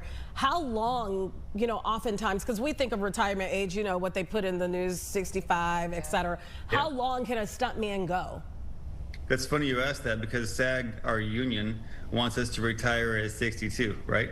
Well, what professional athletes do you know who work until they're into their 60s? Which is, it's kind of a, contentious subject. Yeah. But yeah, so a lot of times what we do is I'm coordinating more stuff now. So like today I'm going on a location scout for a Katy Perry music video, and I'm prepping a movie to coordinate. Like we just did, I don't know if you saw the VMAs, but one of the videos I worked on for Ariana Grande got Pop Video of the Year and Long Form of the Year. She's killing it with Christian Breslau and the Lucky Bastards. They're doing great. I love So I work a lot with them in London Alley. And so as a stunt coordinator, or as a stuntman, I do at least, I like to move into stunt coordinating, where not only I can create the action, but also give people work, which is nice. So You're it's really kind of a place becoming to like a be producer creative, too, save your body, and put a little money in other people's pockets. Okay.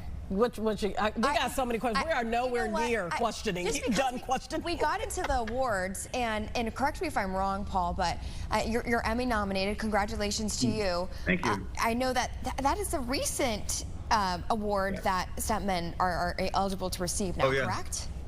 Right, yeah, I think it started in 2021. Is that right? Yeah, so just recently, and it's funny because I was telling somebody the other day, we did so many crazy gags on Hawaii Five-0 and other stuff. I'm like, never even nominated, didn't even think about it. We could have had our shelves stocked with those awards. But yeah, it's really great. Being nominated for an Emmy means the world to everybody because it's recognition from your peers and one of the toughest, most collaborative crafts in the business, How many, I'm sorry, I thought you were done there. Go ahead. I was going to ask you, how many TV shows, movies, music videos do you think that you've done? Do you have an exact count of how many? Are we adding episodes as well as the general? If you got a count. 500 somewhere. Okay. Like that. Wow, that's a lot. Yeah. 500. So I think on IMDb, I have like 130 something movies, 130 something TV shows. And then you get into like 100. Then I did 105 episodes of Hawaii Five-0, or around 20 of Magnum PI, and 12 of this, 20 of that. So it all adds up. So yeah, I've been in the business 25 years. Wow. And I've been thankfully working steadily. You don't even look 25. True story. Stop. Yeah, True story. You look great. Yeah, we're talking about other pretty faces. I don't know. Yeah, you look great. And no, Paul, I mean, you have to be like the most popular person at a bar or a restaurant, talking conversation with people, because it's unbelievable. If someone tells me they're a stuntman, I'm going to be like, Prove it. Tell me. Yeah, do something. Crash through something. Yeah. Wow. Yeah, no, it's funny. Yeah, people, they become enthralled a little bit. But then I was just at a show and I saw this guy who was a Black Hawk helicopter pilot, and I think that's the coolest. That is a cool job. He was trying to bend my ear about my career, and I wanted to hear all the stories from him. And like jet fighter pilot, or fighter jet pilot, whatever. I think that's the coolest job. So yeah, it's a very fun job, and I do like talking about work. So I'm always open for conversation whenever we're out and about. Let me ask you this: how has AI impacted what you do at all? Well, I think it's going to be gnarly in the future. I think we're in trouble, really. Right now, I think we're early stages. I think it's not quite there. While there are some commercials I've seen who claim to be, or that claim to be all AI, it's not good. So it's, people ask me if my sons are going to be stuntmen when they're of age, and I say I hope so. If the career's still lucrative enough to make a living, really. But I think the producers are still nursing their hangovers from that celebration of winning for the last negotiations, really. Our union tends to roll over to get the immediate win, but in the long run, it's not a good thing. Yeah, we're in that same union, so we do understand that battle that you're talking about with SAG-AFTRA. In terms of lucrative, because you mentioned that word, is this a job that people can live off of and live well? Yeah, I'm definitely not broke. You better not be. You better not be. Maybe a broken arm, but not a broken checkbook. Yeah, you're broken. Maybe broken. Yeah, I'm broken, but not broke. Yeah, it's good. It's good, especially if you're working, right? So, and really, I think we get paid accordingly, and sometimes not well enough. Some people might hear what our paychecks are, and they're like, oh, that's crazy, you make that much money. Well, we're risking our lives many times. Sometimes we're not, but oftentimes we are. And so what would it take for you to risk your life, right? Is it $2,000? No, but that's sometimes what we're getting paid to jump off this building or get hit by this car. You crack your head. Is that enough? So really, it's good for sure. I don't want to complain, but it depends how you look at it. Yeah, good point. We're almost done, I swear. No, I'll keep going. Let's go. You've worked with a lot of celebrities. You've been on a lot of sets. I want to know who Tell us who's your favorite. Oh, we can't ask you who your least favorite is. You're not going to tell us. Okay, tell us who your favorite is. Oh, here's my least favorite. No, I will never. or like, what was your least favorite experience with an actor or actress? You don't have to say who they are, but first, your favorite. Oh, well, I think I have a couple favorites, right? Okay. So, Tom Hiddleston. Okay. He and I started on Thor together, and then went on to the Avengers and Thor 2, and he started requesting me. Any actor who requests me, I love. Right, because that's what you want as a stuntman, is to be taken care of by your actor, and they have them bring you on to the next project, because you're risking your life for them. And if you make a good match for them, well, then it's a symbiotic relationship, right? So Tom Hiddleston was great, Theo James was great, Eric Bana, Ryan Reynolds was great. I doubled him on R.I.P.D., and then he took me all around the world working for him doing Deadpool commercials. I didn't work on the Deadpool movie itself, but I did a bunch of the commercials, and it was great. So all those guys are super nice, and there are a couple bad apples out there,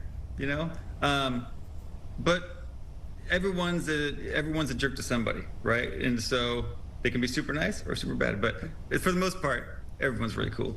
I like that. Let me ask you this, and I'm bad at remembering names, so keep that in mind. So sure, me too. I'm just curious, like, how things have changed on sets, especially in the stuntman world. This was not a stuntman, but in light of the situation that happened with the weapon, that replica weapon that was on set, I'm just curious, has anything changed? I don't even think it was a replica, I think it was a weapon. Has anything changed behind the scenes on your end since that tragic incident? Are you talking about where the job in New Mexico? The movie Rust. I could not think of the life of me. I'm so happy people in the room remember. Yeah. Without getting into that whole deal, more safety standards have been raised. Okay. And so we've always had safety meetings. That should never have happened, by the way. That was crazy. There are never bullets that are on set near us. There's never live ammunition. That's not a thing.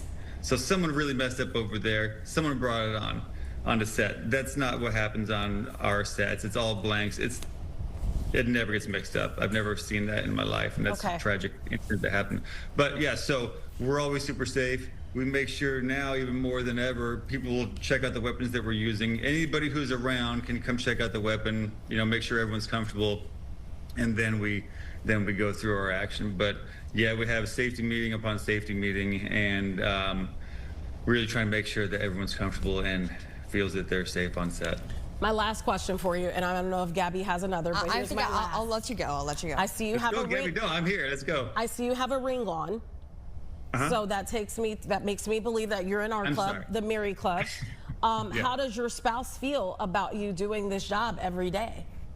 She's used to it. Okay. She's like, yeah, see you later. I think when we were first dating, when we were first dating, I was kind of still breaking into the business. So we kind of grew into this world together. So, yeah, she's good. I tell her about some stunts that are happening, and she kind of cringes a little bit. But she deals with it just like everybody else, and it's good. I love it. They understand, and my kids, they're excited about it, so it's fun. Wow, strong woman, strong family. Strong family, I love it. Yeah, thank you so much. We could keep going. I mean, we could keep going. We could do extended coverage for 2 hours. Thank you so much for joining us. We really ladies. Appreciate you. Next time we need you in here doing that workout, maybe we can tag along. Let me know. Let's go. All right, we're down. When you're in Chicago, hit us up. All right, see you next time. Thank you. All right, we have much more right after this break.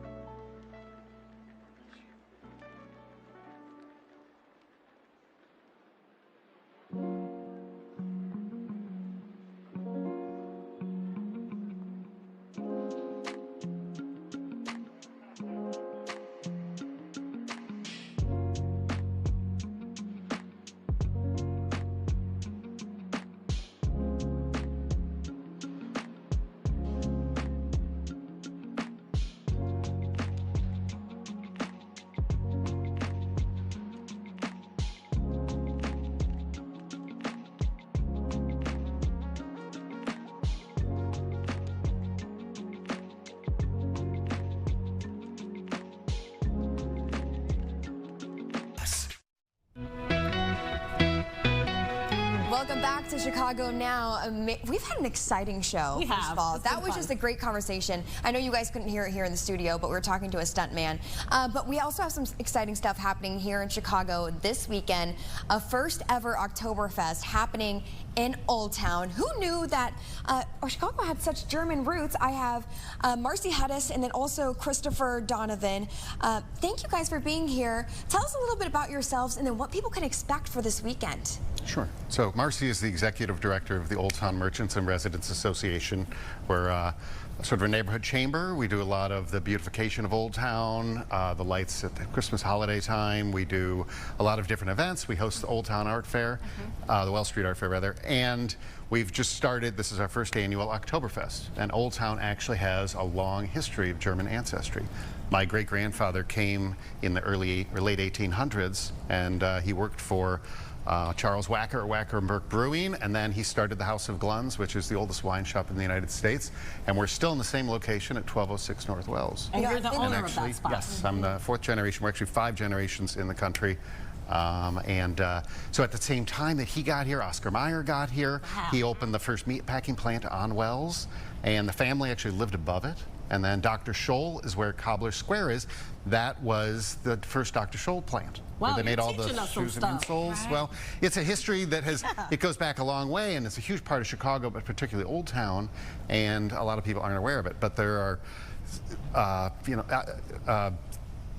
I'm sorry. There's clues of it throughout Old Town and the different businesses that were there and the street names and such. I love it. So what made you, is it because of that culture, because of that rich history that you wanted to have something to really commemorate it and remember, and this is how this was born? Absolutely. Exactly, exactly. And Oktoberfest is a really cool celebration. I mean, fall, the first day of fall will be the Monday after it, and this is a really good opportunity to activate the neighborhood, bring people in. We're really lucky that we have a lot of multi-generational businesses in Old Town of different backgrounds, deep German roots, there's an Irish background, there's an Italian background, and we're like excited to celebrate it with everybody. What will people see? Go ahead, I'm sorry. I was going to say, before we get to all the food, I love how you guys are putting in, you know, the history too, because that's a lot of things that we're hearing for the first time, and I know that a lot of people appreciate that, especially if they do have German roots. Yes, exactly. What are we going to see? Well, we have live music, and Marcy, what's the website? Yeah, it's oldtownchicago.org. And if you go to oldtownchicago.org and you go to the events tab, we have all kinds of information there about the music you're going to hear. We have some super cool music, including classical music by German composers. We have dime music meisters. We have a brass band. An ABBA cover band. Yes, in the evening we're going to have a salute to ABBA. So we're going to have some fun throughout the weekend with a wide variety of music. And it's no excuse because it's 3 days, so people can pick a day or come every day. So it's Friday through Sunday. Every day is going to be different. I would encourage you to come all 3 days. Okay. Yeah, and you'll see on our website, you'll see the music schedule for Friday, Saturday, Sunday. You can see all of that, so you can plan when you're going to come. We'll also have a large screen TV showing games. Showing games, so Sunday. Oh, it's perfect. Do you You're not going to miss anything. enter, or is it donation? It's a $5 donation at the door, requested donation that obviously helps cover the stages. Everything goes into this. It's expensive to produce it. Okay. Yeah. Okay, let's get to the fun part. What do you have for us here on the table? Yeah, so you'll have a lot of German fare. So we have pretzels, we have bratwurst. These are from Paulina Market. We partnered with Hocker Shore, so we're going to have Pauliner and Hocker Shore beer served. My family's Glühwein, it's a heated mulled wine. It's the 5-generational recipe. We'll be serving that. And highlighting one of the older family businesses in Old Town, the Fudge Pot. We're featuring fudge as well as caramel apples covered in pretzels. What would you say to someone, because I always ask people that come on our show this question, because a lot of times people in Chicago kind of stay in their neck of the woods. They don't really venture out to other neighborhoods as much. Why would you say someone in Chicago that lives in Chicago proper, maybe not in Old Town, should come over and check this event out? Well, Chicago is a great city of neighborhoods. And all these neighborhoods are so different. And you see these places with really neat bars or restaurants that have been there forever, and it's unique to that neighborhood.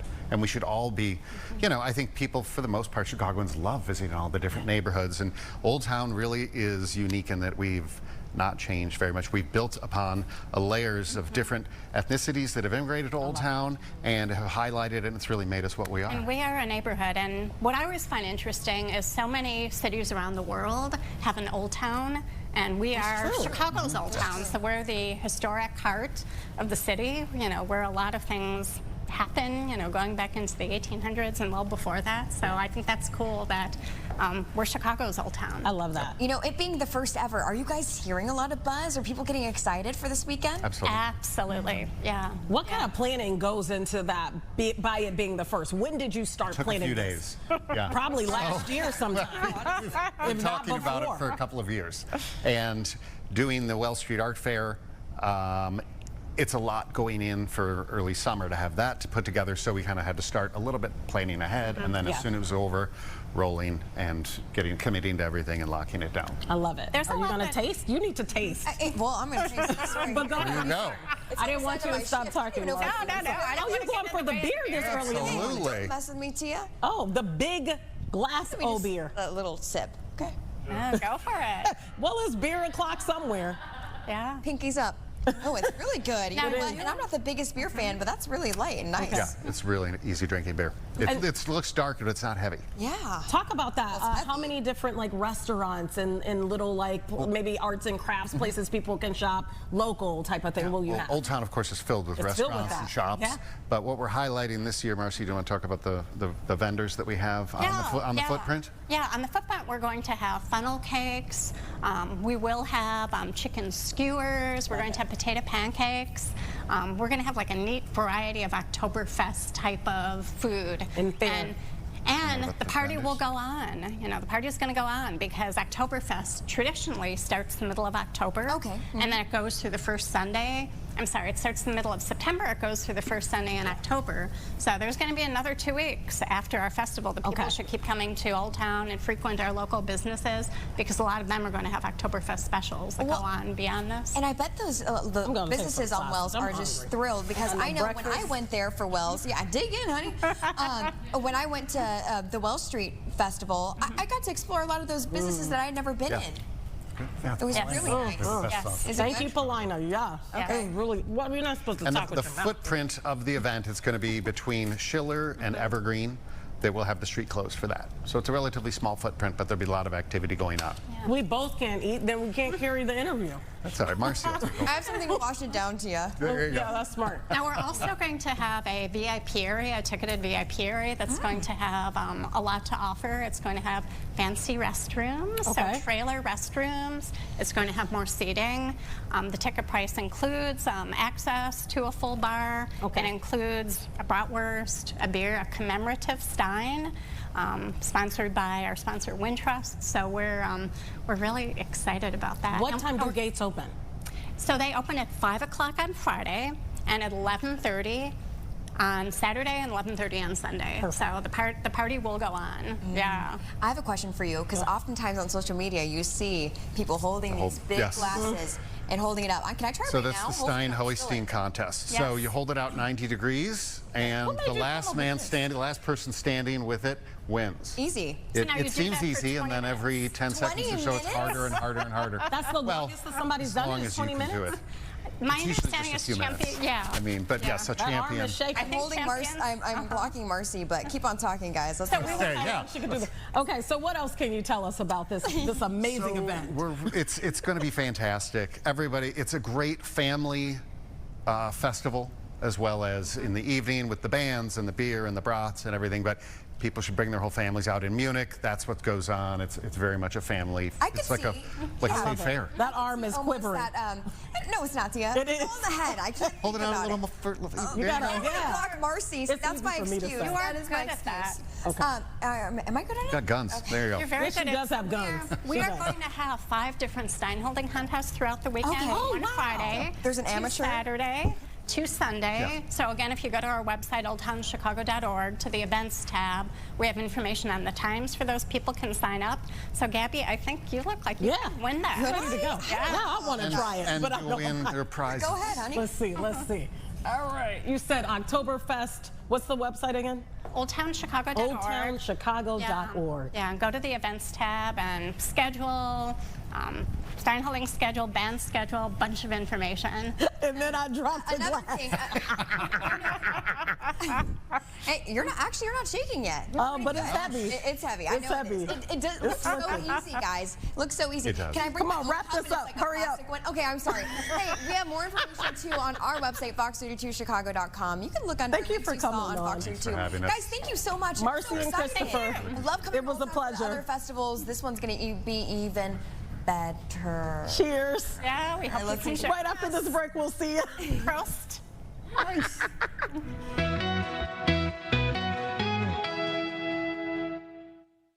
Good news.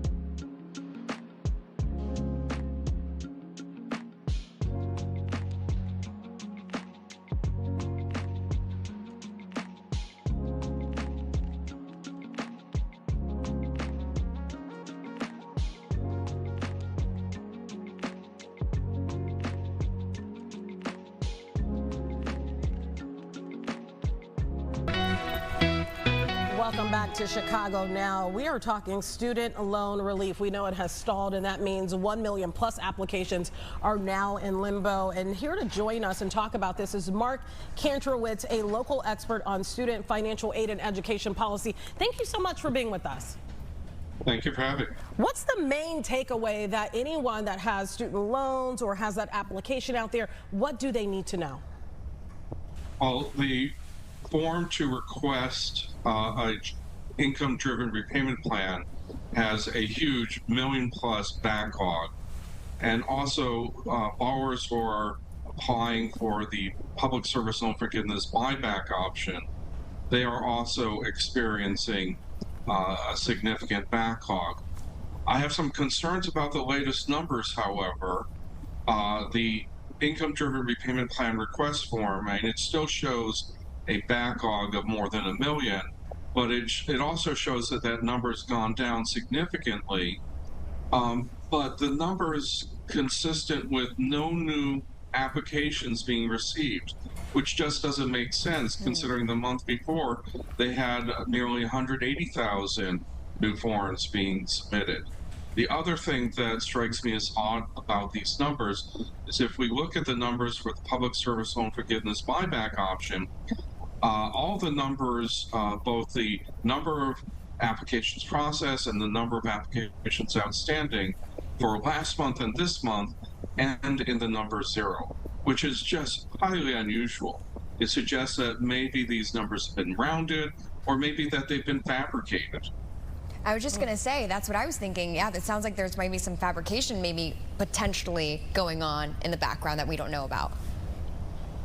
Yeah, and so I don't know that I can necessarily trust these numbers, though clearly we have still over 1 million borrowers haven't been able to get their request for a new income-driven repayment plan processed. Now there are 8 million borrowers, nearly 8 million borrowers who were in a SAVE forbearance, where they had been in the SAVE repayment plan, an income-driven repayment plan, which is now blocked by the courts. And until that court situation was resolved, they were switched into a forbearance where their monthly payments were they were paused, but no interest was accruing. Now the Trump administration just turned on the accrual of interest on August 1st. So these borrowers are stuck in that limbo state, and they don't have the ability to switch to another income-driven repayment plan to make payments, make progress towards loan forgiveness. So it is an unusual situation, and nothing seems to be happening very quickly. So let me ask you this. If you are kind of in the limbo stage here and you're waiting for this to be processed and you already had a previous payment that you were barely making, should you still try to make that payment if you can? And if you don't, kind of what could happen? Well, if you try to make that payment, it's not going to count towards forgiveness. So I would suggest saving that money so that when they turn on the forgiveness and the switch to the new income-driven repayment plan, you can then use the public service loan forgiveness buyback option to make a lump sum payment equal to the payments that were missed, and then maybe qualify for forgiveness if you, by doing this, you reach the 120 payment requirement. You know, I'm reading here that you have a book, How to Appeal for More College Financial Aid. Tell us about what you write about in there, how I guess you could be a self-advocate for your situation. Well, if your family has unusual financial circumstances, and that can be a difference from the measurement here for the income. The FAFSA uses 2-year-old income information, so if your income has decreased since then, or if you have unusual expenses that are different than the typical family. Maybe you have high dependent care costs, or a special needs child, or an elderly parent, or maybe you have high unreimbursed medical and dental expenses. There are many, many possible special circumstances that can justify an appeal.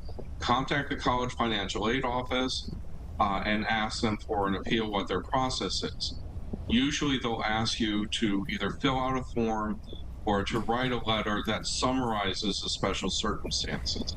And you need to keep it short, specific as to what the dates that are involved and the dollar amounts. And it's ideal if you provide copies of third-party documentation of the special circumstances. So if you've lost your job, a copy of the layoff notice. And the college will then consider these special circumstances, and they may make an adjustment that reduces your income, and that yields a new evaluation of your family's ability to pay, which then results in a new financial aid offer. Well, Mark, we are running out of time. We want to have you back so we can kind of delve a little deeper into this subject matter as this obviously develops, because we're probably going to be following this for some time. We appreciate you coming on the show today. Thank you. Thank you so much for talking about this. That impacts so many people. It does. As we all know. But yeah. And it's a good topic of conversation too, because you want to be a self-advocate, especially for someone who doesn't come from a long line of family who have gone to college. Right, and gone through our experience with that. Well, it was a jam-packed show. Yes, it was. Thank you so much at home for you watching the 10 and 11 o'clock hour. We will see you tomorrow. Friday Eve, baby. We'll see you then. Can we get a round of applause for Friday Eve? Studio audience. Woo! We'll see you tomorrow. We're not.